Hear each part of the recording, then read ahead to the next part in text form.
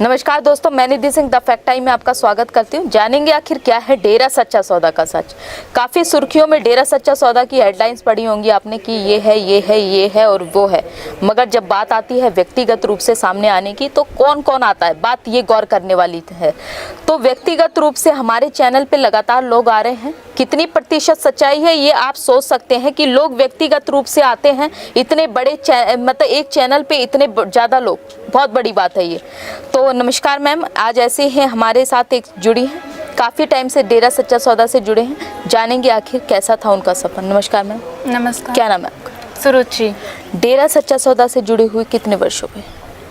मैं तो मतलब बचपन से ही जुड़ी हुई हूँ डेरा से। क्या क्वालिफिकेशन है मैम आपकी? MA final.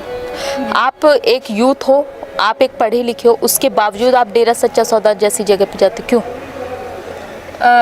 वो जो काम करते हैं वो हमें अट्रैक्ट करते हैं। जैसे कि मैं तो मतलब सब कुछ ही मानती हूँ गुरुजी को, क्योंकि जो जिस इलाके से मैं आई हूँ वहाँ पे बेटियों की इतनी कोई ज़्यादा नहीं है, ठीक है, कोई इम्पोर्टेंस नहीं है, कोई वैल्यू नहीं है। लेकिन गुरुजी की वजह से मेरे जो मॉम डैड हैं हमेशा उन्होंने हमें सपोर्ट किया, पढ़ने लिखने की फुल्ली छूट, कहीं भी जाने के लिए सपोर्ट कर देते हैं, अकेले भी भेजते हैं। सब ये जो पावर है, ये जो बातें हैं, ये गुरुजी की वजह से। मैम, गुरुजी ने आज तक समाज के लिए क्या किया है? समाज के लिए मैं तो कहूँगी वो उन्होंने बहुत कुछ किया है, उतना जितना कोई और कर नहीं सकता, कोई सोच भी नहीं सकता, और किया नहीं है, वो अभी भी कर रहे हैं। अगर गुरुजी पे जो आरोप लगाए गए हैं, जनता उसके बारे में जवाब मानना चाहती है कि आखिर क्यों गुरुजी ही क्यों? गुरुजी इसलिए क्योंकि उन्होंने जो थे समाज में जो बुराइयां हो रही थी, जिनसे जो बड़े लोग हैं, मीडिया वगैरह, जो इनको सामने नहीं ला पा रही थी, और जिसके लिए पॉलिटिशियंस वगैरह हैं वो भी कोई ज़्यादा, उनका खुद का फ़ायदा हो रहा था, खुद का बेनिफिट था, इसलिए वो उनको आगे नहीं ला रहे थे। वो गुरुजी ने कर दिया। उन बुराइयों को उन्होंने दूर करने की हर कोशिश की, अपने श्रद्धालु जो भी हैं उनकी मदद से, उनकी प्रेरित करके उन्हें इन बुराइयों को दूर करने का काम किया, जिससे बहुत से बड़े लोगों को नुकसान हो रहा था। शायद यही एक वजह है कि आज उन्हीं को इस तरह की झूठी बातों का सामना करना पड़ रहा है। जैसा कि अभी गुरुजी समाज के बीच में नहीं है, तो क्या क्या जो प्रभाव हैं समाज के ऊपर पड़ रहे हैं? प्रभाव यही है, जो काम तो जो उनके श्रद्धालु हैं उनको नेतृत्व के साथ वो बहुत तेज़ी से, उनकी बहुत स्पीड से वो इन बुराइयों को मिटाने की कोशिश कर रही थी। उनका जो नेतृत्व था वो चला गया। हालांकि उनके बिना भी उनकी प्रेरणा उनके दिलों में अभी भी जागृत है, वो करेंगे जिस भी तरीके से हैं, लेकिन फिर भी अगर गुरुजी का साथ उनके पास हो तो वो शायद समाज में बहुत बड़ा बदलाव कर सकते हैं। गुरुजी पे कितना विश्वास है आपका? शायद इतना किसी पे नहीं है। आप एक महिला हैं, जनता को बताइए जरा, आप वहाँ पे जाते थे तो अपने आप को कितना सुरक्षित महसूस करते थे, और एक महिला के लिए जो गुरुजी के यहाँ का डेरा सच्चा सौदा का माहौल है कितना सुरक्षित है?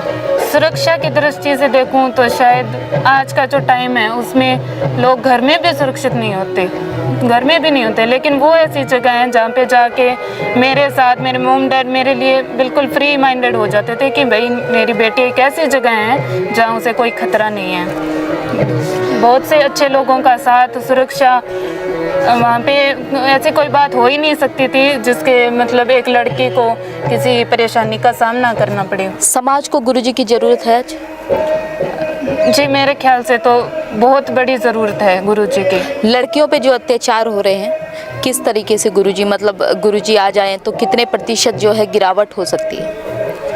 बहुत बड़ी गिरावट हो सकती है। लड़कियों की जिस भी तरीके से मदद हो सकती है, मेरे ख्याल से उतना किसी ने सोचा नहीं जितना उन्होंने कर दिया।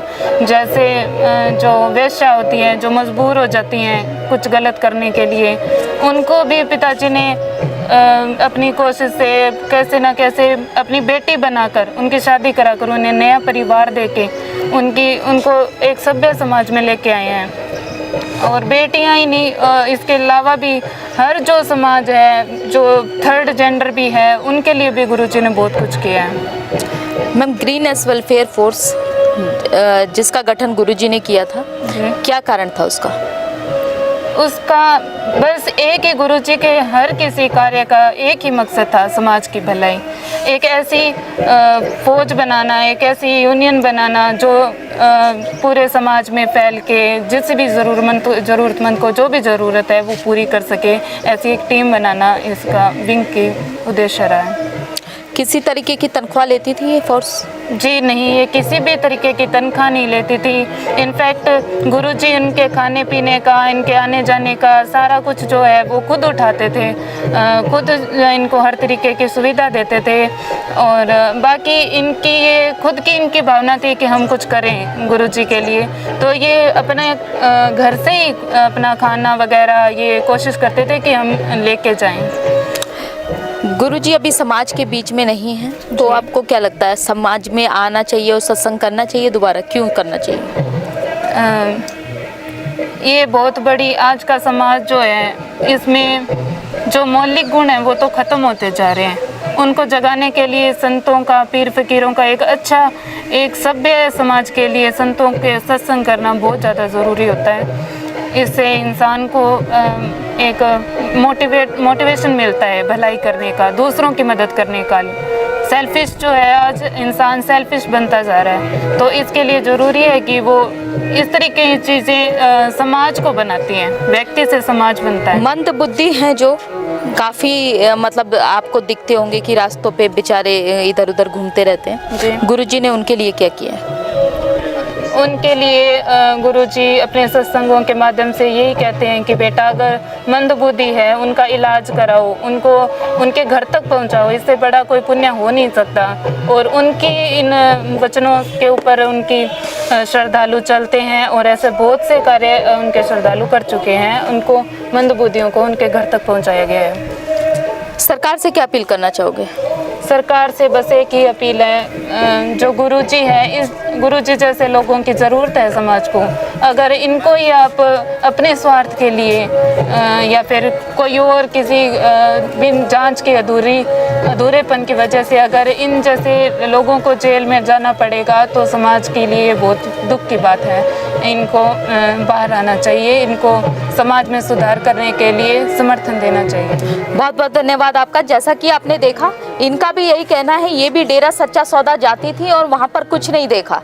मतलब एक के बाद एक महिला का ये कहना, वहाँ पर कुछ नहीं देखना और अपने आप को सुरक्षित महसूस करना। आप सोच सकते हैं कि गुरुजी ने एक लड़कियों के लिए निडर समाज का एक गठन करने की कोशिश, जो अग्रिम भूमिका निभाई थी, उसके बावजूद मीडिया का ये दिखाना कितना गलत था कि आपकी बहन बेटियां हैं तो उनके बारे में सोचिए कि गुरुजी जैसे संतों की कितनी ज़्यादा ज़रूरत है। इस मीडिया की बातों पे यकीन ना करें।